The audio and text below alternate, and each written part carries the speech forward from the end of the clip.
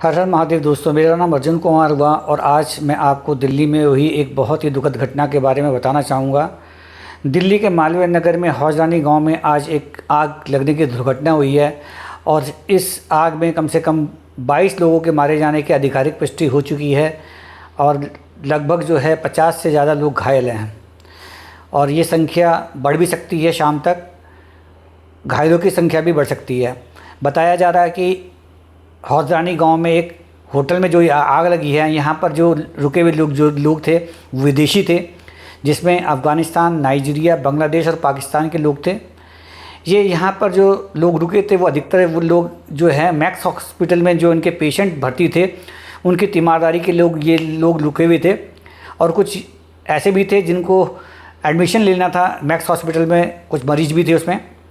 और यहाँ पर लापरवाही का इतनी बेइंतहा की गई है इस होटल में कि एक प्रकार से इन होटल के मालिकों पर जो है मुकदमा दर्ज होना चाहिए, उनको फांसी की सज़ा दी जानी चाहिए, क्योंकि इन्होंने बहुत भारी लापरवाही करी है। होटल में जाने का रास्ता केवल एक ही था, संकरा सा रास्ता था वो भी, और निकलने के लिए कोई रास्ता नहीं था, एग्ज़ैक्ट कोई भी नहीं था। तो बताया जा रहा है कि चश्मदीद जो बता रहे हैं आसपास के लोग कि सुबह जो है 9 बजे जो आग लगी है ग्राउंड फ्लोर में और ये आग भड़कती हुई ऊपर चली गई, लेकिन लोग जो है फंस गए। पहली मंजिल, दूसरी, तीसरी, चौथी मंजिल में 5 मंजिल का होटल था। ये अवैध तरीके से बना हुआ था। 5 मंजिल की कोई दिल्ली में परमिशन नहीं होती है। इतनी कम जगह पे जो कमर्शियल जगह नहीं थी, ये रेजिडेंशियल जगह थी। तो 5 मंजिल में इन्होंने जो है पूरा होटल बना रखा था और बेसमेंट में भी इन्होंने जो है पार्किंग ना देके होटल बना रखा था और उसमें भी लोगों को रुका रखा था अवैध तरीके से।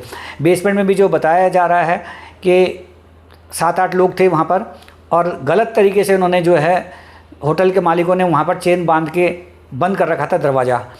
जब आग लगी है तो स्थानीय लोग, आसपास के जो लोग हैं वो वहाँ पर आए हैं और फायर ब्रिगेड के साथ मिलके जो है उन्होंने उस बेसमेंट का चेन तोड़ी है और अंदर गए हैं। तो बता रहे हैं कि वहाँ पे भी लोगों की स्थिति बहुत ख़राब थी, लगभग लोग मर चुके थे। 7-8 लोगों में से कुछ लोगों की सांसें चल रही थी, इस प्रकार की स्थिति थी।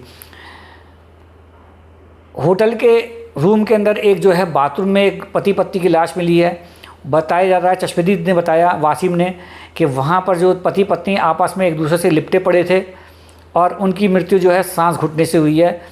वो जले नहीं है लेकिन सांस घुटने से उनकी मृत्यु हुई है।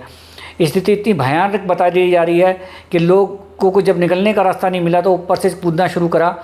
लेकिन स्थानीय लोगों ने बहुत अच्छा काम ये करा कि एक स्थानीय मुस्लिम की जो दुकान से गद्दे निकाल लाए और उन गद्दों को जो है उन्होंने रास्तों में बिछा दिया। उसमें जो है लोग कूदे हैं, जो पहली और दूसरी मंजिल के जो लोग थे वो कूदे और उसमें से लगभग काफ़ी लोग बच गए। लेकिन जो चौथी, पाँचवीं मंजिल के लोग थे जो कूदे हैं, एक औरत भी ऑन द स्पॉट डेथ होगी जो कूदी है। फायर ब्रिगेड जो है पहुंच चुकी थी, लेकिन उसके साथ दिक्कत ये आई कि दिल्ली में जो है कारों का जमवाड़ा इतना ज़्यादा है कि वो पूरी जो है गली ब्लॉक कर रखी थी।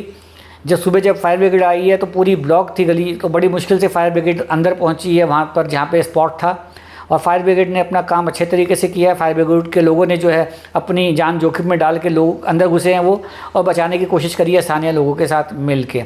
इससे पहले भी दिल्ली में जो है अग्निकांड हो चुके हैं, बहुत बड़े बड़े अग्निकांड हो चुके हैं। जैसे जो है बवाना में जो है 17 लोग मारे गए थे और मुंडका में जो है 20 लोग मारे गए थे।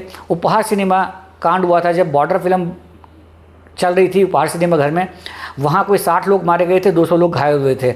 इन सब घटनाएं होने के बावजूद भी जो है दिल्ली में जो एक सिस्टम लागू होना चाहिए बिल्डिंगों के लिए और फायर फिटनेस का जो सब चीज़ें होनी चाहिए वो उपलब्ध नहीं है, लोग मानते नहीं हैं। और फायर ब्रिगेड भी इस मामले में जो है जो रुख तैयार करना चाहिए कड़ाई का वो नहीं करती। पिछले 2-3 सालों में कम से कम 1000 से ज़्यादा जो है फायर की घटनाएँ हो चुकी हैं, आग लगने की घटनाएँ हो चुकी हैं।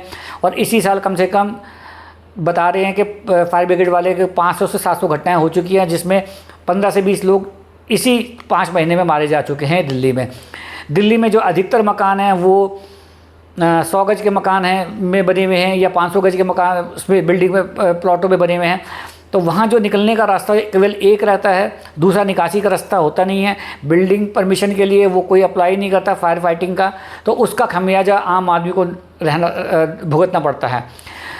इससे पहले भी करोल बाग जो है होटल क्षेत्र है, वहाँ पर भी कई बार भयानक आग लगी है।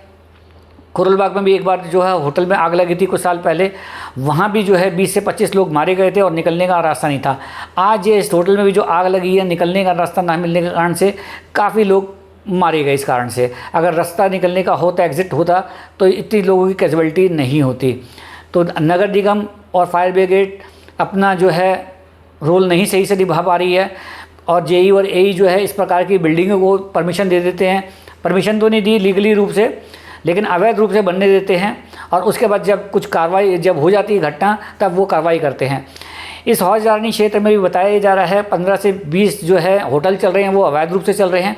कई होटल जो हैं 3-3 फुट की गलियों में, मात्र 3 फुट की गलियों में जाके अंदर होटल बने हुए हैं। तो ऐसी स्थिति में अगर उन होटलों में आग लग जाए तो फायर ब्रिगेड कैसे जाएगी उन गलियों में?